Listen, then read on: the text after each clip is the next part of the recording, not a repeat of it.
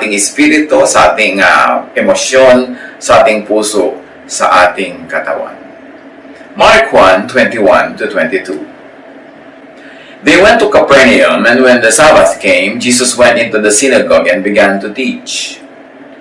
The people were amazed at his teaching, because he taught them as one who had authority, not as the teachers of the law. So, ang binasa natin sa Mark was very, very emphatic. Jesus taught with authority. Hindi yung parang kinabisa lang yung kanyang pinag-aralan, nabasa lang sa balutan ng tinapay, o napulot lang kung kanino. May authority, may truth, may power. Jesus taught out of the box, obviously, kasi kung he taught within the box, edi walang napansin na authority, walang napansin na kakaiba. So Jesus taught out of the box of the teachers of the law. Out of the box of the law. Purgang-purga na kasi ang mga Israelita sa mga itinuturo ng mga teachers of the law, ng mga Pharisees. Yun na lang ng yun, paulit-ulit, rewind ng rewind, replay ng replay. Wala na silang masabing, wow, what a great teaching with authority. Ngayon, si Jesus nung nagturo, yun ang naibulalas nila. Mark 1:23-24. Just then, a man in their synagogue, who was possessed by an impure spirit, cried out, "What do you want with us, Jesus of Nazareth? Have you come to destroy us? I know who you are, the Holy One of God." Biruin ninyo, gusto nyo bang mag-worship, mag-Bible study, tas may katabi kayo na possessed? This was exactly what was happening in their fellowship. Balik sila ng balik doon, dasal lang dasal, aral lang aral, pero merong possessed. At yung possessed na yan, hindi tinatabla na pinag-aaralan nila, possessed pa rin. Hindi nawawala yung impure spirit sa kanya, nandun pa rin. So talagang walang kalatoy-latoy itong pananalig na ito na ginagawa nila, yung mga katuroan at yung nagtuturo. At sabi ng mga spirits, "Have you come to destroy us? What do you want with us?" So hindi siya nag-iisa. Sinong kakampi ng evil spirits or impure spirits na ito? Sino? Sino-sino ang kasama niya? Mark 1:25-26. "Be quiet," said Jesus sternly. "Come out of him." The impure spirit shook the man violently and came out of him with a shriek. Simple lang si Jesus kasi may authority, may power. Hindi niya kailangan ng histrionics, hindi niya kailangan ng drama, hindi niya kailangan ng kung ano-anong mga kaartihan. Sabi lang niya, "Come out of him." At talagang umalis, but not without creating a little more disturbance. May mga tili-tili pa at sigaw-sigaw na sumama at kasabay ng kanyang paglabas doon sa tao. Now, the work of Jesus is to drive out impure spirits, impurities, contaminants. Kasi dapat pure ang ating espiritu. Pagka hindi ito pure, siya ay may kasama, hati, magulo. Kaya meron tayong makasabihang hati ang loob, sira ang loob. Kasi may kahati. Dapat ang Diyos lang, ang laman ng ating espiritu, ng ating puso, ng ating isip. Now, impure spirits could be literal, mga spirit talaga, or could be symbolic of thoughts and mental, emotional state. Maraming mga sinasabi dyan sa New Testament na possessed, may demon, may spirit, na pag in-analyze sa mga psychiatrists, ma-identify nila as acute depression. In other words, because in those times, hindi pa nila alam yung acute depression, hindi nila alam at wala naman silang clinical psychiatry, lahat na lang ng tao na medyo kakaiba ang behavior, kakaiba ang itsura, kakaiba ang ginagawa, sinasabi na agad nila na possessed. Maaring meron talaga mga possessed, pero maaring marami doon talagang mga depressed lamang. So, ano mga thoughts? Yung mga yan na pwedeng magmukha kang possessed, pero depressed ka pala. Thoughts that give doubts, scare, anger, makes one bitter, thoughts that enslave, torture, pollute, thoughts that destroy personality. And interestingly, this kind of thoughts doesn't come only from the devil. It can come from warped and distorted and twisted religiosity. Kaya maraming religious people, yung intensely religious, depressed. In fact, some psychiatrists will tell you, if they will tell you, na marami silang pasyente, religious leaders. Kasi nga, ang dami-daming pretense, hypocrisy, pressure, guilt ng reliyon. Kaya pagka ikaw nasa ganong klaseng un-Jesusness, madadepress ka nga at mapagkakamalang kang possessed. Have the words and teachings of Jesus drive those thoughts out of your system kung ikaw ay ganyan ang kalagayan. Get yourself and others detoxified by Jesus. Talagang madedetox ka ni Jesus kung maraming toxins dyan sa loob ng iyong personality kasi toxic ang iyong lifestyle, lalong-lalo kung toxic ang iyong religiosity. Mark 1:27-28. The people were also amazed that they asked each other, "What is this? A new teaching and with authority. He even gives orders to impure spirits and they obey him." News about him spread quickly over the whole region of Galilee. Bakit nga hindi siya sisikat at mababalita na kapagpapalayas ng ganitong mga uri ng espiritu, nakakapagpabago ng personalidad? Jesus got known for his new teachings, not for repeating the old, not for replaying the old, not for repurposing the old. New ang teaching niya. Not just a repetition of the traditional teachings, but definitely outside of their traditional teachings. Yun si Jesus, known for newness. Kung si Jesus ay may mga kasama, makakatiyak ka, hindi conservatives yun, kundi yung mga progressives. Kung mayroong isang mesa siyang pipiliing samahan, nakakatiyak ka, hindi sa conservatives, kundi doon sa mga progressive ang utak. Mark 1:23-24. Reviewin natin. Sabi, just then a man in their synagogue who was possessed by an impure spirit cried out. This person in their synagogue, in their religious community, possessed and tortured by an impure spirit in spite of their religion or because of their religion.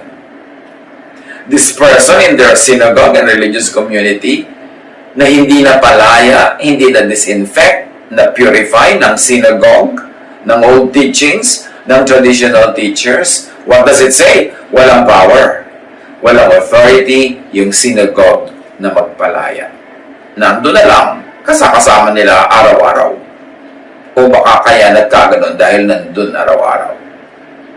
Mark 1:27-28, kung re-reviewin natin, the people were also amazed that they asked each other, "What is this? A new teaching and with authority. He even gives orders to impure spirits, and they obey him."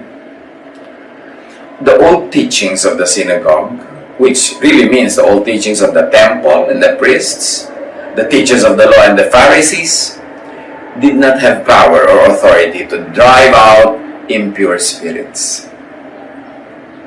Para ng habit, turo lang ng turo, pero walang talab, walang effect, hindi nakakalaya yung oppressed. So the old teachings could be the very cause, the aggravator of the spiritual impurities. Kasi ang daming bawal, ang daming pulis, ang daming parusa, ang daming chismis, ang daming espionage, ang daming report, ang daming litisan, at ang daming batuhan hanggang mamatay. Bakit ka nga hindi ba mapupuno na impure spirits? Bakit ka nga hindi mapupuno ng takot, ng guilt, ng fear, hanggang magkaroon pa ng clinical depression pagka ganyan ang iyong religious orientation? Impure spirits could be thoughts that give doubts, scare, thoughts that could anger, thoughts that could make one bitter, thoughts that enslave and torture, pollute, destroy personality. This could be damages inflicted by twisted religiosity. We're not saying that it is, but very possible that it could be. These impure spirits could be thoughts and beliefs and value systems, personalities created by oppressive, repressive, and punitive old religious teachings and teachers. Kasi yan sila eh. Kung happy naman ang Diyos sa teachings ng synagogue, ng temple, ng law, ng teachers of the law, and Pharisees, bakit pa ipapadala si Jesus? So obviously, unhappy ang Diyos. Kaya niya ipinadala si Jesus para ituwid yun. Kaya itong religious system ang pumatay kay Jesus. So talagang magkakontra ang dala-dala ni Jesus sa mensahe at yung mensaheng pauso ng temple. As we have said, hindi lahat ng demonic possession ay literal. Many cases show signs and symptoms of acute depression. Maraming very religious people suffer from depression if the teachings they embrace instill guilt, fear, and emotional imprisonment. Hindi nila masabi ang gusto, hindi magawa ang gusto, hindi matingnan ang gusto, hindi mapakinggan ang gusto, laging nagpapanggap, nagkukunwari, dahil laging mapapagalitan, mauusig, mababato. So ang daming guilt kasi tinuruan puro mag-guilty ka na lang, mag-guilty ka, mag-guilty. Maraming fear, nakaka-depress talaga yan. Daig pa niya ng mga impaktong tumitira sa iyong puso pag puno-puno ka ng ganyang emosyon. Jesus came to set people free from ungodly religious laws, abusive oppression and control by religious leaders, personality-damaging religiosity. Meron talagang ganyang brand of religiosity nakakasira ng personalidad. Yung dating masasayahin, ngayon bigla na lamang laging malungkot. Yung dating friendly, ngayon laging hostile and galit. Yung dating malaya, ngayon nakatali, nakakulong. So, nakakasira ng personalidad pag Pharisaistic, pagka lagi na lang law, pag lagi na lang punishment, pag lagi na lang guilt. That's why Jesus came, to restore personalities that are twisted by religion.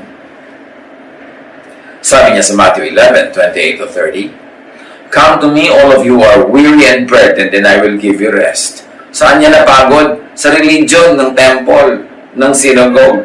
Ano ang burden nila? Yung law. Anong rest ang ibibigay ni Lord sa kanila? Emotional, mental rest. And even physical. Kasi ang daming sacrifices at ang daming trabaho sa kanilang relihiyon. "Take my yoke upon you and learn from me." Sabi ni Jesus, "Learn from me, not from those teachers of the law. For I am gentle and humble in heart." They are not. Lagi nila kayong pinaparusahan, inuusig. "And you will find rest for your souls. For my yoke is easy and my burden is light." Ano akala ng iba dyan? Ang teaching ng Matthew 11:28-30 is about physical pagod. No, it's about emotional and spiritual pagod because of oppressive religion. John 10:7-10. "Therefore Jesus said again, Very truly I tell you, I am the gate for the sheep. All who have come before me are thieves and robbers. I am the gate. Whoever enters through me will be saved." So, pag sinabi niya, "I am the gate for the sheep," ako talaga ang dadaanan ng mga tupa. Lahat daw ng nauna sa kanya were thieves and robbers. Ano yon? Mga naunang religious leaders. Yung system. Thieves and robbers ang tawag sa kanila ni Jesus kasi ninanakaw nila ang buhay, ninanakaw nila ang sigla, ninanakaw nila ang saya ng mga tao at pinapatawan lang nila ng kutakot-takot na gawain, kutakot-takot na utos at kutakot-takot na judgment. Lugi ka pag napasali ka sa kanila. Sabi ni Jesus, "I am the gate. Whoever enters through me will be saved from want and also to be saved from such religion." You don't save people only from hell. You save them also from religion that makes their lives like hell. At sabi ni Jesus, "I am the gate. Whoever enters through me will be saved. They will go in and go out." It means there's freedom. And they will find pasture. There will be satisfaction. The thief comes only to steal and kill and destroy. And this thief is the old teachings, the old teachers. I have come that they may have life and have it to the full. Kaya dumating si Jesus para bigyan tayo ng pahinga from oppressive religiosity at bigyan tayo ng buhay na masagana, masaya, malaya, na magmahal, makipagmahalan, umibig, at malaya sa kontrol ng mga religious leaders. Bakit siya ipinadala ng Ama? John 1:14. The Word became a human being and lived here with us. That is Jesus. We saw His true glory, the glory of the only Son of the Father. From Him all the kindness and all the truth of God have come down to us. In other words, galing sa mga ibang religious leaders, hindi dumadating ang kindness and truth of God. It's only from Jesus that the kindness and truth of God had come down.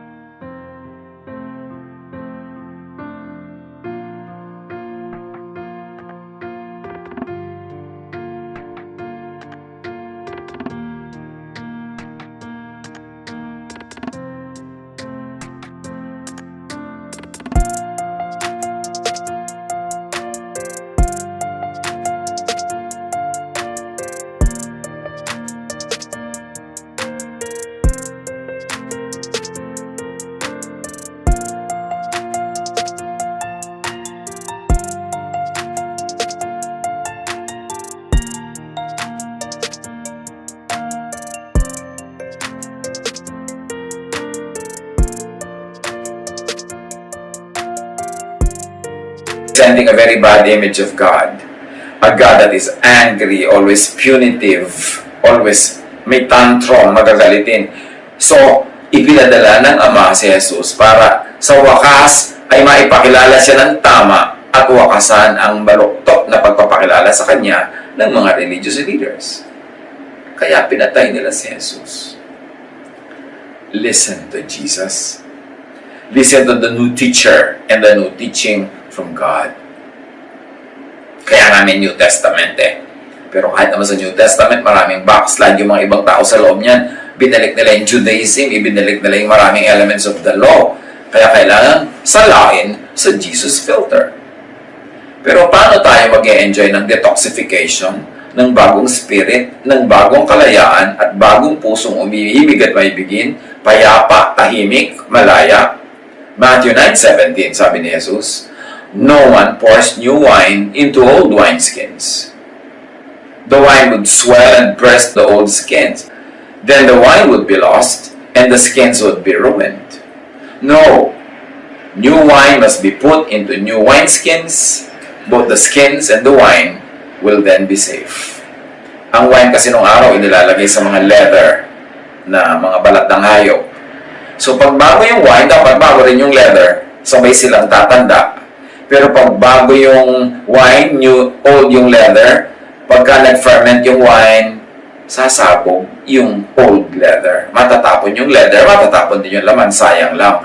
Pero siyempre hindi man wine and leather ang pinag-uusapan dito, kundi new teaching, new thought, new way of looking at God, new way at looking at spirituality and godliness. Yun ang dala ni Jesus, at ang kailangan na bagong wineskin ay bagong utak, bagong korte ng utak, bagong paraan ng pag-iisip. Hindi pwedeng si Jesus ilalagay mo lang sa lumang paraan ng pag-iisip. Hindi pwedeng lalapit ka kay Jesus, tatanggapin mo si Jesus, papapasukin mo sa puso mo, pagkatapos ang style mo ng religiosity, old style. Yung puro law, puro legalism, puro punishment, puro usi.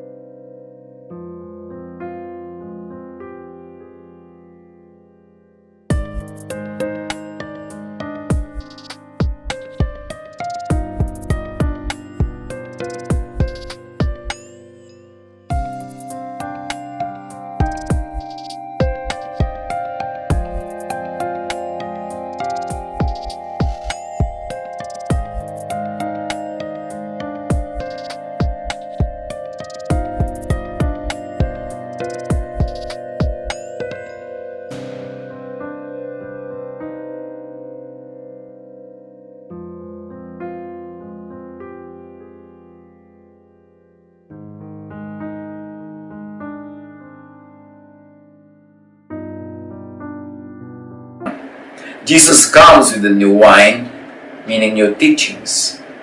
We receive the new wine with new wineskins, meaning with new minds, with new mindsets. Kaya ang sabi ng Romans 12:2, don't change yourselves to be like the people of this world, but let God change you inside with a new way of thinking. Then you will be able to understand and accept what God wants for you. You will be able to know what is good and pleasing to Him and what is perfect. Akala ng marami, pag sinabing, do not be like the people of this world, yung mga people na mga uminom ng alak, yung mga people na may mga relasyon, yung mga people na mga immoral, ang tinutukoy dito yung people of the old world, old temple, old religion. Yung pinalitan na ni Jesus. Huwag kayong maging tulad nila. Payagan nyo ang Diyos na palitan ng pag-iisip nyo sa loob ng pagbabagong loob nyo. Doon nyo palang maiintindihan at matatanggap kung ano talagang gusto ng Diyos para sa inyo. And then, makikita mo kung anong mabuti at kaibig-ibig, kung ano yung